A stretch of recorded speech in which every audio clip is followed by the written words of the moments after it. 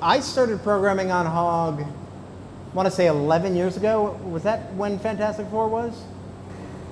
Because you were EOS before, right? Yeah, I was. Or you were. I was on a Geo before that. Yeah. I think it was 2013, 2012. Oh God, it was that long ago? No, my oldest daughter was born on that show. All right, it was a while ago. And she just turned 11. Okay. So that's how I know. I started programming. I bought a Road Hog. I put you on a HOG first? Yeah, it's his fault that it's all Scotty's fault that I program. I didn't know that. I didn't know that. The answer is, why do I keep coming back? It's Scotty's fault. It's always Scotty's fault. It's my fault. By the way, thank you, Scott, for coming up here. When Scott let me know he was coming to this, I was like, hey, if both of us could talk, because frankly, I've gotten to play with HOG 5, the software, for the past 4 or 5 months now. I've gotten to play with the hardware for the last 2.5 weeks, but there's probably no film programmer alive that has had more hands-on experience with the new platform than Scotty. I think programmer in general. Yeah, I think Austin and the high-end systems in Austin has been in touch with Scotty and working with Scotty hand in hand for years now to develop this. So yeah, but I'll let him answer and I'll pass this on. I've been a 728 programmer since 98. I've been on a HOG since 98, so 20 something years. Almost 30, wow. It was the HOG 2 days, wasn't it? A HOG 2, I started on a HOG 2 like a lot of HOG programmers did, and powered through the HOG 3 years. One of the few people that HOG 3 actually elevated my career rather than ruined it. I don't know how that worked out, but it did. And then, and then I've been using 4 since it first came out, and then now this new hardware. So the new hardware, I'm on a consultant team for ETC, and we actually started working on the new hardware 2018. So for 7 years now, I've been back and forth with them with the new hardware, and it's gone through a lot of revisions. COVID really kind of dampened the amount of work that they were going to do originally, but I'm happy to see that they got new stuff coming now, and it looks pretty good. I just want to clarify something. You're going to say this anyways, because there's just no stopping it, but HOG 5 really isn't a term.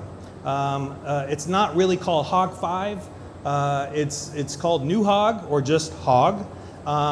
The 5 just is a coincidence because we're into version 5 of the software, and eventually we'll go into version 6, so 5 will be history.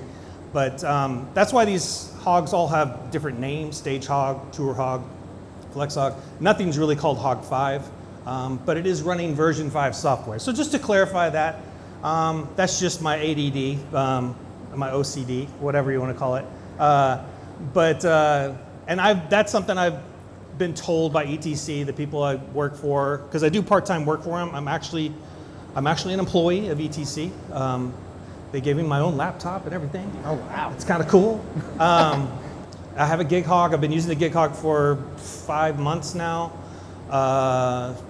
and I have been on all the new hardware except for the Flex HOG. I haven't really been on the Flex HOG yet, but I've spent many hours on a Tour HOG and a little bit of Stage HOG as well. So I have some good experience with it. I have a lot of you might want to know, I have played around with them a lot. Tested them for weeks and days on end. I have integrated them with HPUs and HOG 4 consoles. So I've networked them together to just test the ability to work with both the old and the new together. It works great. Haven't had any issues. They're still in, I think the 5 release is coming. I think it's like literally days, if not weeks, just away from being released. So everyone will get their opportunity to play with version 5 software. And that's, it's important to know that, with any console that comes out with new software, like especially something with new hardware, everybody wants to know, hey, what's the new effects engine? What's the new color thing? And there's not a lot of new bells and whistles. The whole concept with version 5 software was the whole goal was to make it work with the new hardware and the old hardware together. That was the primary goal of 5. Now, there are a few little features that he mentioned. There's even some he missed that I'm going to tell you about, but I left the U keys off. it's all good. No, it's I all meant good. to. I love those things. But that was the primary goal. Get it to work with both the old hardware and the new hardware, so everybody can enjoy the new software. And then once the new hardware is implemented and out there and sold and started being used, then they're already right now diving into some new cool features that they're going to start bringing in. But that's yet to come. So yeah, so 20-something years I've been doing HOG, and yeah, been a lot of time. When you first got your hands on the new HOG, what were your initial reactions? I mean, obviously you being on the ground floor with development for many, many years, especially with the upgrades of the hardware. When you first got your hands on the software and the hardware for the new HOG and the HOG 5 software, what were your initial reactions there? Well, my first reaction was on the software. I was like, oh, this looks modern and fresh and good. I like this. And then the next reaction was, okay, where are my buttons now? Okay, they're there. Okay, cool. How do I bring up this window? Okay, cool. And then it's the same. I mean, one of the things that Scott kind of alluded to that I've noticed that ETC and high-end are kind of doing right now with the HOG hardware and the HOG version 5 software is they are decoupling the hardware from the software as a single release. So when HOG 4 came out, the HOG 4 software, the HOG OS software was just called the HOG 4 OS software. And that, and when you release products with hardware at the same time, you are marrying yourself to that hardware at your release, and it becomes harder for a company to implement newer features while still trying to backwards compatible and keep the older equipment. It's one of the reasons why the Apples of the world and Windows, they keep releasing the new Mac OS X Sonoma, Windows 11. They keep releasing that while still having PCs out there that run the older software, but it allows them to continue implementing new features while also allowing them to continue implementing new things on hardware. And they're not necessarily going to be on every piece of hardware, depending on if you have the modern hardware versus the older hardware. And that's one thing that was my long answer of saying, I noticed that because the first thing I did after I loaded HOG 5 version 5 software on my PC was I loaded it up on my Roadhog, and I immediately started trying to work with it on my Roadhog and on an HPU, and it worked. It worked just as expected, and that was, I mean, it was alpha. It was an alpha build when I started working with it, so there were some things that didn't work so well, and they got better because that's how alpha testing and beta testing works. And then when I got to play with the hardware, first from my impressions of the announcement, but then when I actually got to see it, the robustness of the actual hardware. This hardware feels chonky, I think is a good way to describe it. It doesn't feel light and cheap. Like one thing that's always been a pet peeve of mine with my Roadhogs, and I own 3 of them and I love them, but it just is you open it up and it's mostly empty space with a CPU. You're like, this is what I'm paying for on the console, and I look at these ones and I'm like, okay, they have motorized faders. Everything feels robust. It doesn't feel like it's made with cheap thin aluminum. It feels like every console, every part of the family feels like they are beefy machines that are able to survive being taken out on location, being taken out on roads, surviving life on the truck, which all of us working programmers live in fear of the day we open up the Shorty 40 and see our console on its side. I've been on a full size for so long, I'm very much, I mean, it's interesting, an old guy like me, I'm really used to the trackball, and I really miss that, the arrow keys. But the newer generation, the iPhone generation, you grow up in a world that is fully touchscreen, then it's expected that, a console like that would be more intuitive as far as touchscreen stuff. So hopefully, and that's something they'll improve, and I won't need the trackball much anymore. But I still miss the arrow keys. I do kind of I miss the arrow keys and the trackball come real handy when you're dealing with spreadsheets. So when you're dealing with stuff like the patch sheet or something like that, and you're trying to organize your desk a little bit, and the arrow keys are really helpful.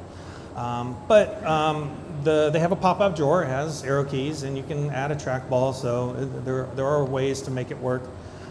If you're a Roadhog guy, you're probably used to using an external trackball, so that's probably not that big of a deal.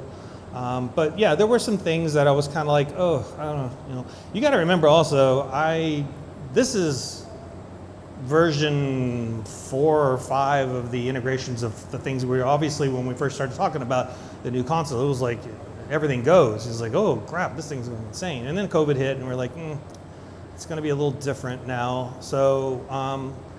And I think their focus went mainly from something completely new, from the ground up, new software, new hardware like that, to something that was more compatible with what you have now and allow you to transition slowly from the old to the new, which actually makes total sense business-wise. So I'm not disappointed with it now, and I've spent a lot of time on it. So there are things I've discovered that I love, and then there's still some things like the trackball and the arrow keys that I miss, but there are definitely some improvements. The pros outweigh the cons in my eye. And I can't say exactly, but I can tell you that there are still more hardware to come. So this isn't the only thing. There's about 4 more things that they haven't announced yet that are still coming. Some of it will come in the next month or so, and some of it probably will be a year from now or more.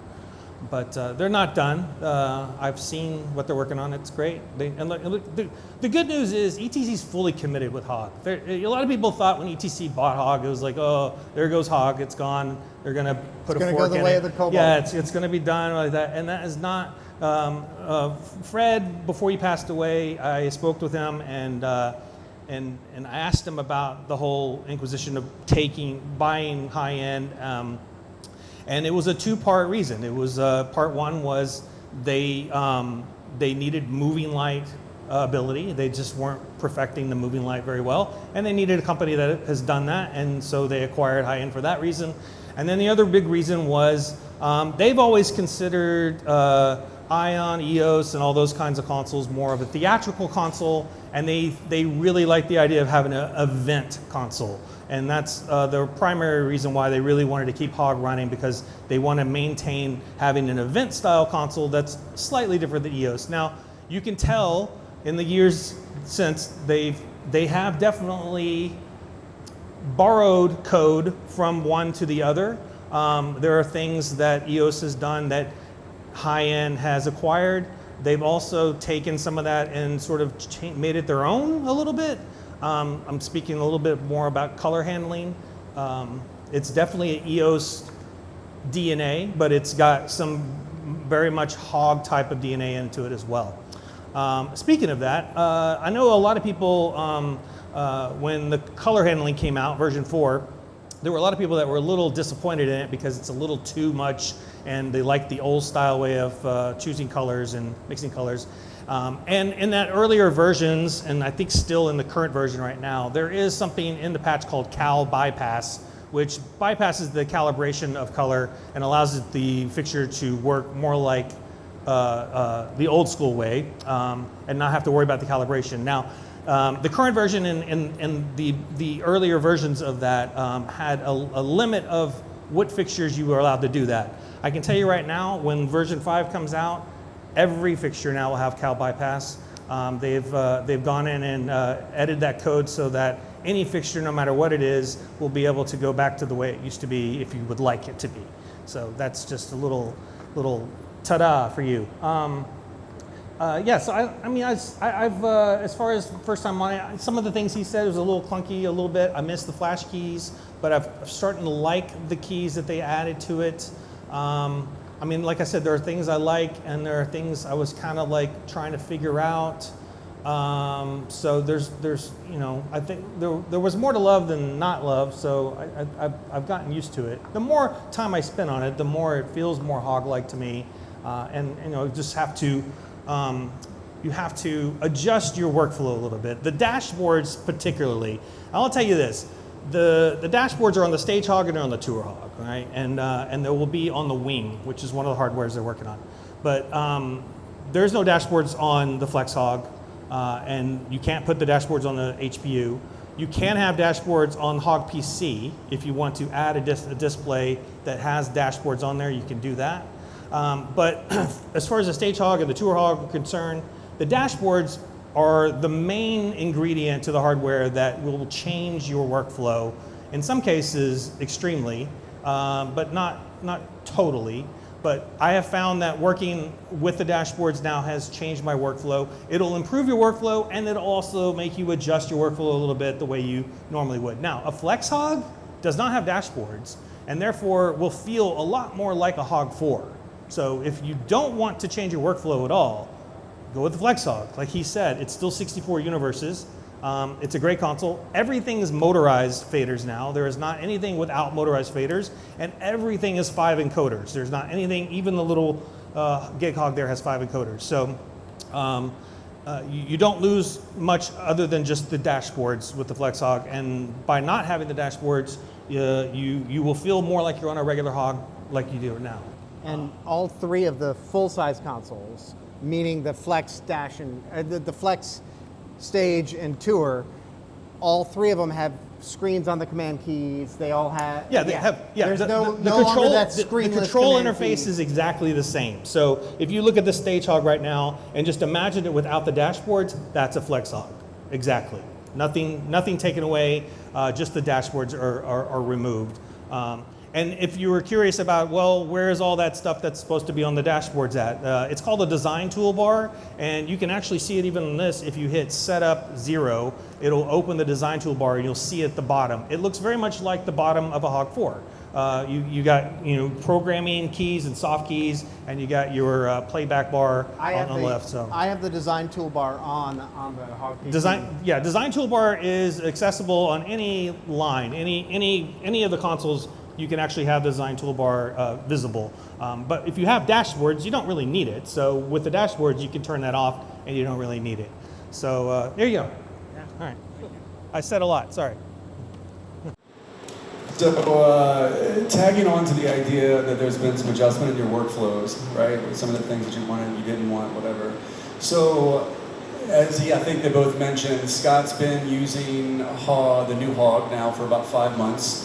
On some bigger commercials and things like that. You've been using the new software on St. Louis on your Hog 4, Road Hog. So with this new product, the new HOG, what are some things that instantly changed your workflow or helped improve your workflow, the integration of these new functions and features? Well, the first caveat I'm going to add to my answer to your question is building off of something Scotty said, which is when I first started using HOG version 5 of Hog 4 of the HOG software, it's a mouthful to get the right terminology there. It was blew my mind. It was with an alpha build, a late stage alpha build, because they released the beta, I think 3 builds after I had joined the alpha team. And so it was still a bit rough around the edges, to the point that everybody on the show I was working on, and Adam can attest to this, was like, really, dude? Really? You want to start taking this on, you want to use this on a set live on the show? And I was like, yeah, let's do it. Why not?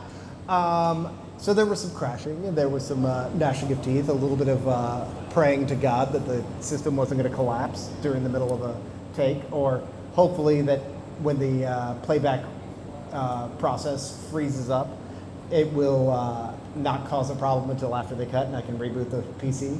All of that said, the big PC workflow that, because I was primarily using HOG version 5 on PC, I was primarily using it on that for location work.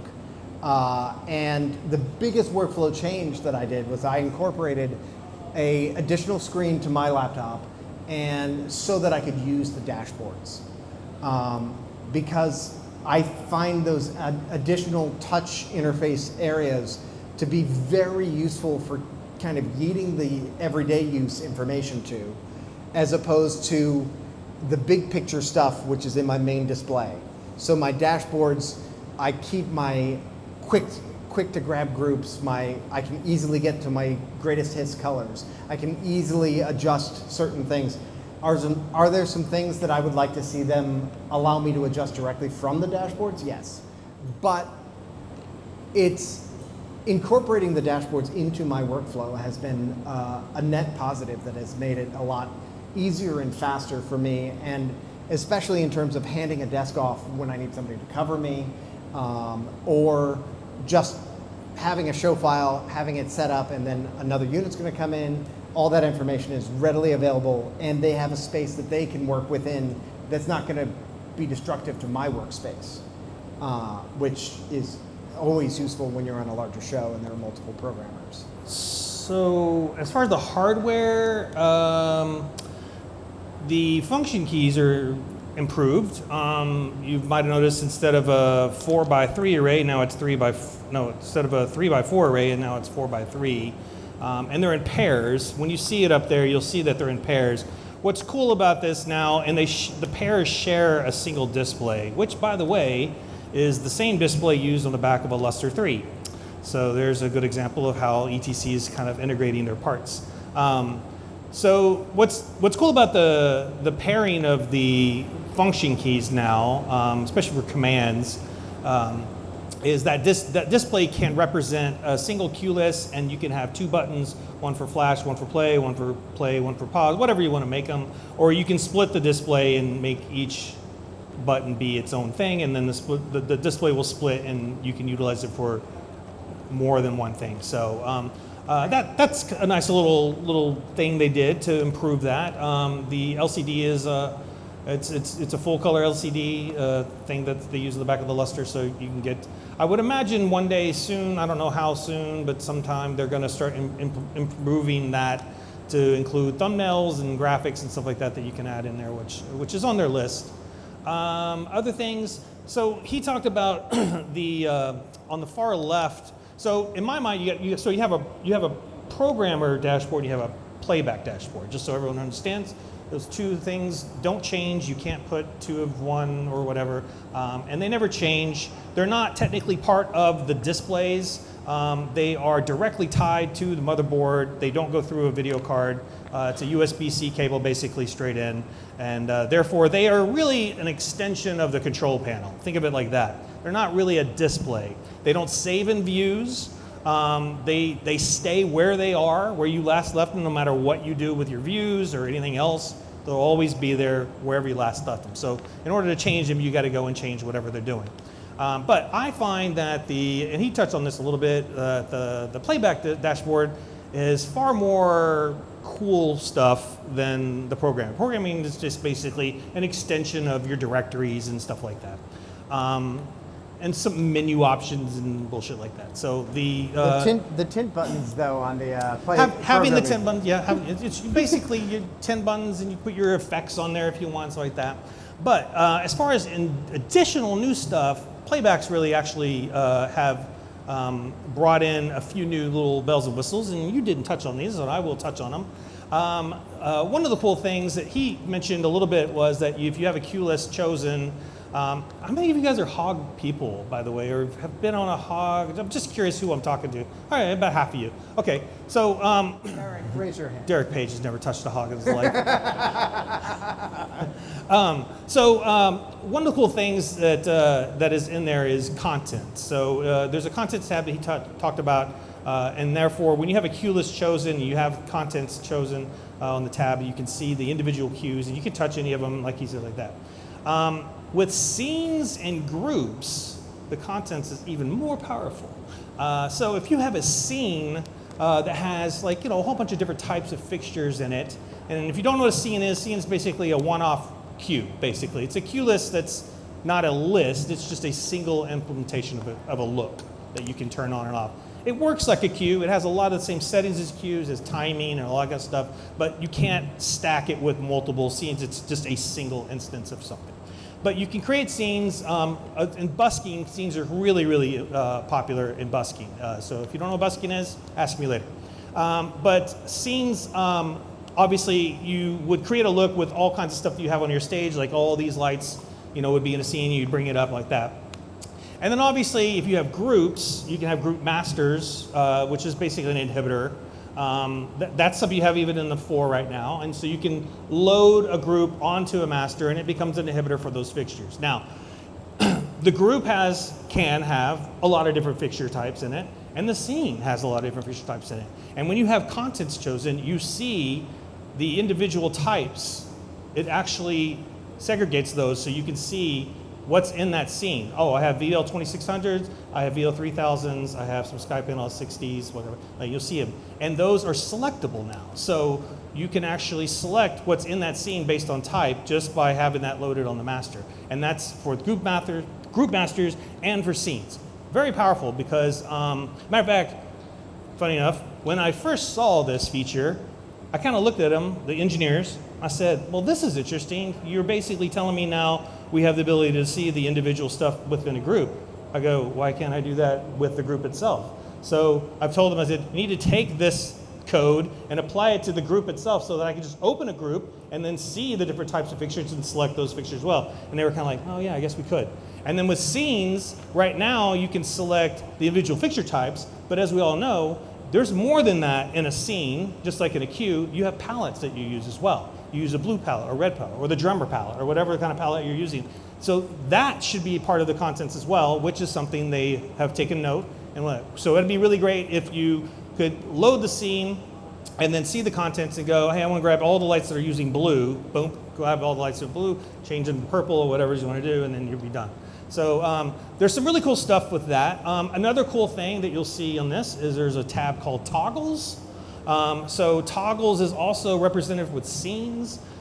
In the scene directory, when you have it in spreadsheet mode, you'll see there's a column on the far right called toggle. And if you click that and say yes to it, then you've implemented toggle for that particular scene, and now it'll appear in the toggle field of that playback dashboard under toggle. Toggle basically is cool for stuff like a hazer or work lights or something you just want to click on and click off, and that's basically what it is. But it is a scene, so it doesn't have to just click on and off. It actually can play the timing of it as well. But toggle is just a quick way to put a scene on the dashboard for you to quickly implement if you want to turn it on or off or something like that. And so that's kind of a new thing as well. There's other stuff. There's the user keys, which you've probably noticed. There's U1 through 4 over the programmer side, and on the playback side, there's U5 through 8. These are assignable keys that you can make kind of whatever.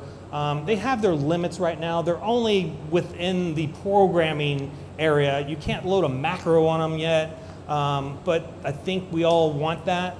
So that is something that's on their list as well. One thing I like a lot about the U keys, though, is they have 4 different using states. There's the single press, a configurable single press, a configurable double press, a configurable pig plus press, and then a configurable open plus press. Correct. Which means, yes, you have 8 on a full console, but that's really 8 times 4 on a full console. That's correct.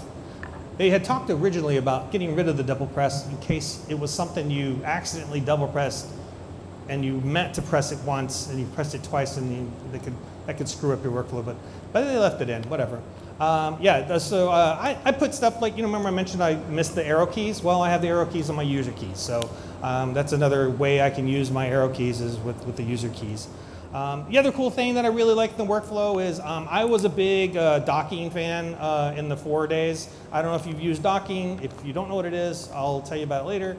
But what he had showed you earlier on the left-hand side, that stack of playback bars, basically, those are called ranges. This is a new term in HOG. It's called range. Ranges basically are all your playback bars basically sort of implemented into a range that you can use on any playback bar.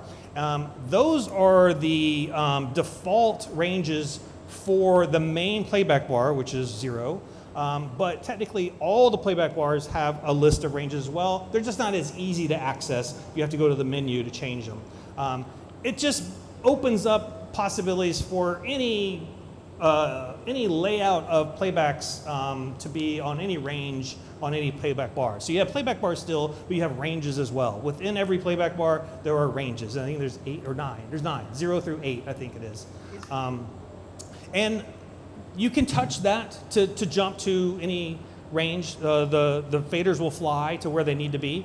And you can also use a new key called the master key, which is on the control panel. There's master, and you can use the master key with plus and minus, and you can actually go up and down on that. I was about to ask what the syntax was. It is master plus and minus, or you can go master 1 enter or master 8 enter. Master plus and minus is something I've asked them to allow us to have on the user keys, which we don't right now, because like I said, there's 4 over there just underneath that, and it would be really great to have a quick way, because right now it's master and plus or master and 1, so you have to actually use 2 keys. But if you could put that master plus and master minus on just 2 quick keys where you can just jump up and down real fast, then that would be helpful, and it's on their list as well. So yeah, so there's some things in the workflow I like. I was a big Docky fan, so I do like the ranges. I make good use of those. So The last question before we move on to a few audience questions.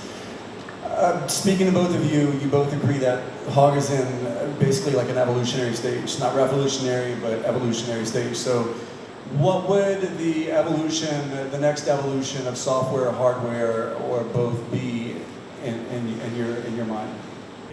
I mean, I think one of the biggest pluses to the platform as it is now is that there is room for them to separately develop both the software and the hardware and keep them both up to date in a more timely fashion. Instead of having to wait 12 years in between hardware updates with an incremental update at the 6 or 8 year mark.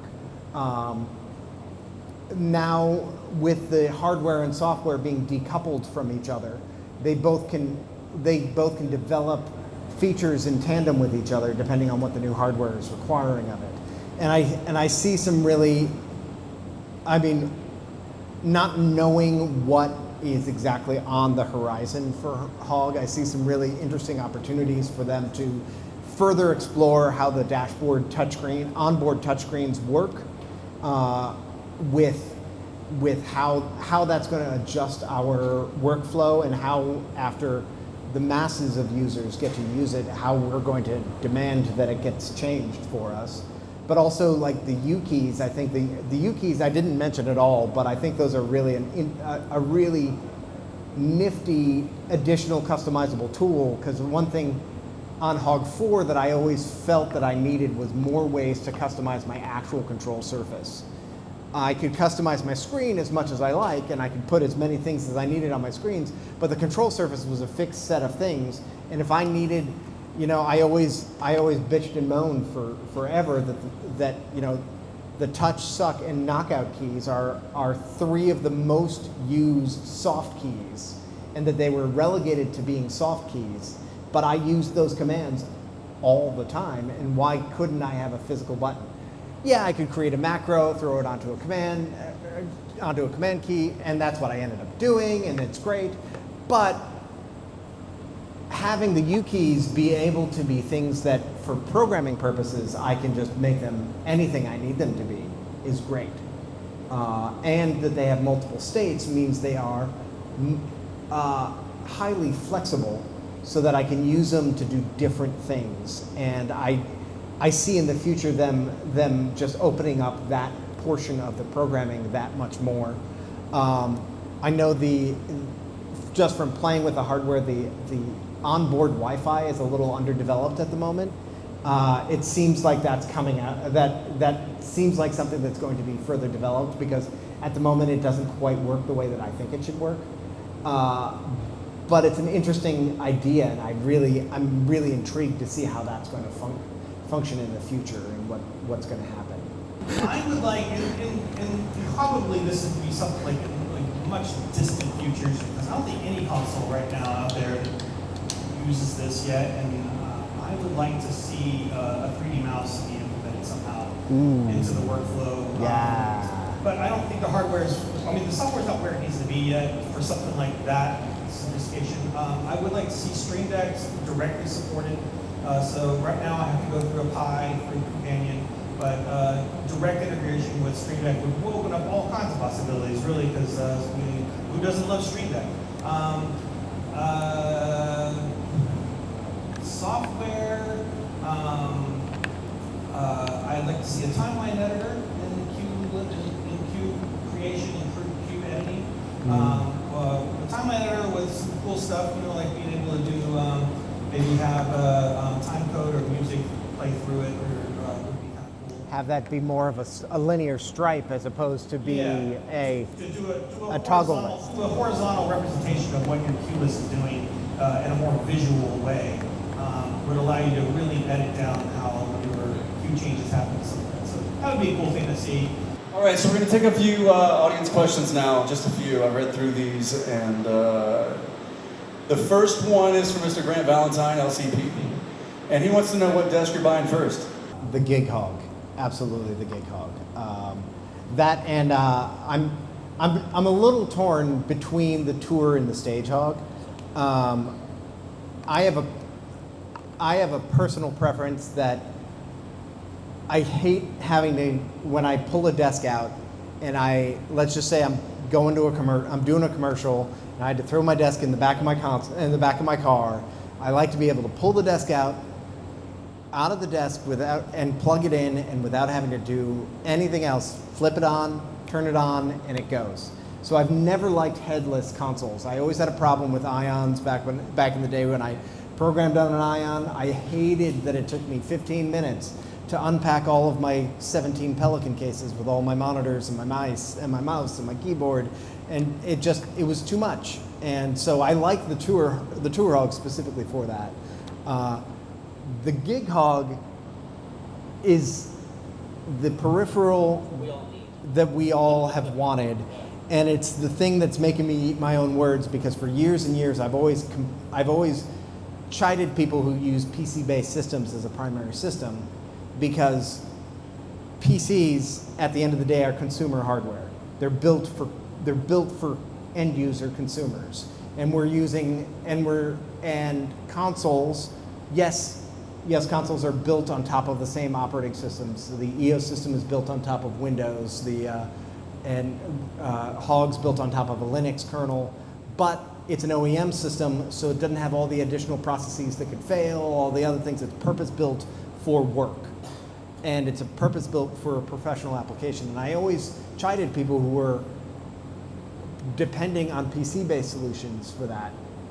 And then I got to play with the Gig HOG, and the Gig HOG, although it will never be my primary console, it is a perfect location setup, because it is a console. It doesn't make me sacrifice the console when I have to pull out my HOG PC setup.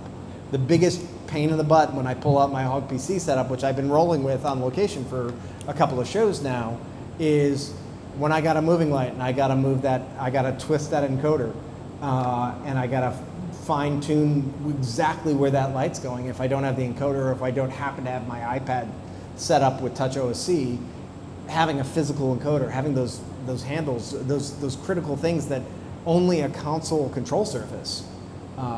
So I can't glow more about how much I like what the Gig HOG is doing, because it's the programming surface that I've wanted for HOG 4 that they never released for HOG 4, but it's better because it also has all of the encoders.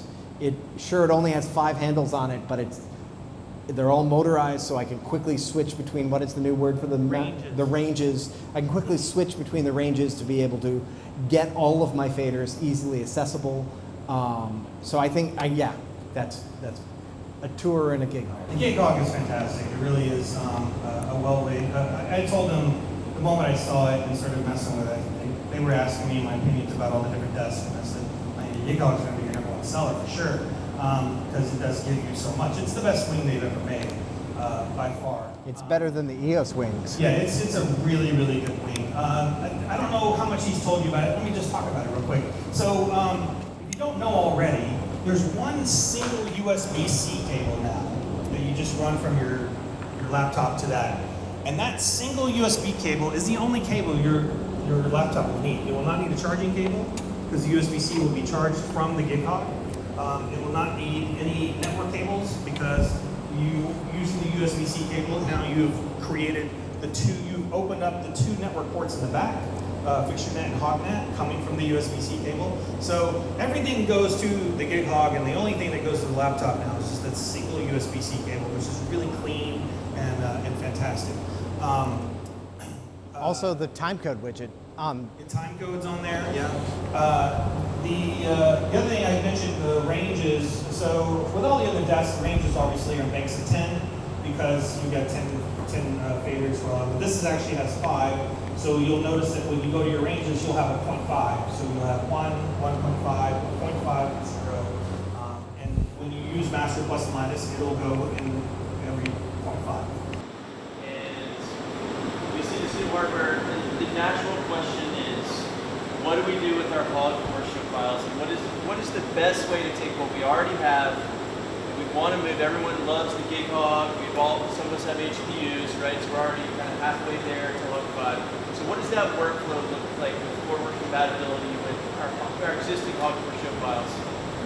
I think, Scotty, we may have the same answer to this, which is you just open your show file. It's forwards compatible. It's that easy. Yeah. I mean, I took my template on D. St. Louis, which I had built in HOG 4.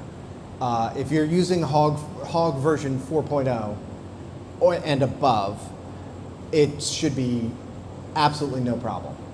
If you're using the old 3.0 stuff, you're going to have some issues. But that was part of the 3.0 upgrade.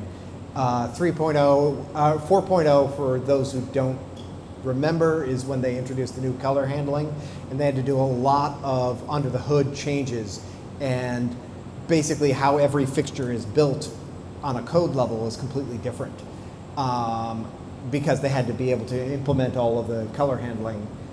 So show files couldn't exactly, without some sort of intermediary, and they've since released tools to allow for an intermediary and a merge, but still not perfect. But I personally, I just opened a backup, a HOG version 4 backup on HOG version 5, and started programming from there.